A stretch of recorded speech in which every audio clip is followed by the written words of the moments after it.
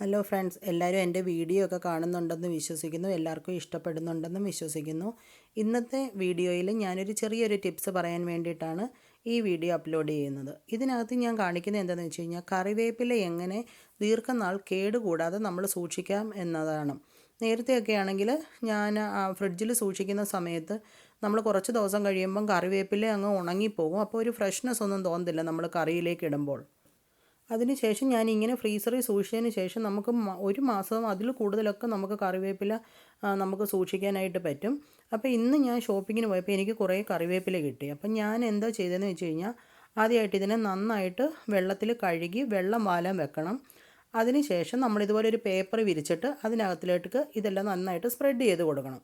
കുറേ സമയമെടുക്കും നമുക്കിത് ഒന്ന് ഡ്രൈ ആയി വരാനായിട്ട്. അപ്പം ഞാനാണെങ്കിൽ രാത്രിയിൽ കഴുകി ഇതുപോലെ എല്ലാം വിടർത്തിയിട്ട് അപ്പോൾ രാവിലെ ആകുമ്പോഴത്തേക്കും നമുക്ക് ഇതിനകത്തിൽ സിപ്പ് ലോക്കിനകത്തിൽ വെക്കാം. ഇപ്പം നോക്ക് എല്ലാം നന്നായിട്ട് ഉണങ്ങിയിട്ടുണ്ട്. എല്ലാം കണ്ടോ, വെള്ളമൊന്നുമില്ല ഇതിനകത്തിൽ. ഇനി നമ്മൾ ഇതിനെ സിപ്പ് ലോക്കിലോട്ട് കയറ്റിയിട്ട് ഇതിനെ നമ്മൾ എയർ ടൈറ്റായിട്ട് സൂക്ഷിക്കാം. ഇത് നന്നായിട്ട് കഴുകി വൃത്തിയാക്കിയത് കൊണ്ട് നമുക്ക് ഇതിനെ നേരെ കറിയിലേക്ക് ഇടാവുന്നതാണ്. ഇതേ മെത്തേഡിൽ തന്നെ നമുക്ക് മല്ലിയിലയും സൂക്ഷിക്കാം, പുതിനയിലയും സൂക്ഷിക്കാം. നേരത്തെയൊക്കെ ഞാൻ ഒരുപാട് വേസ്റ്റ് ചെയ്യുമായിരുന്നു ഇങ്ങനെയുള്ളതൊക്കെ.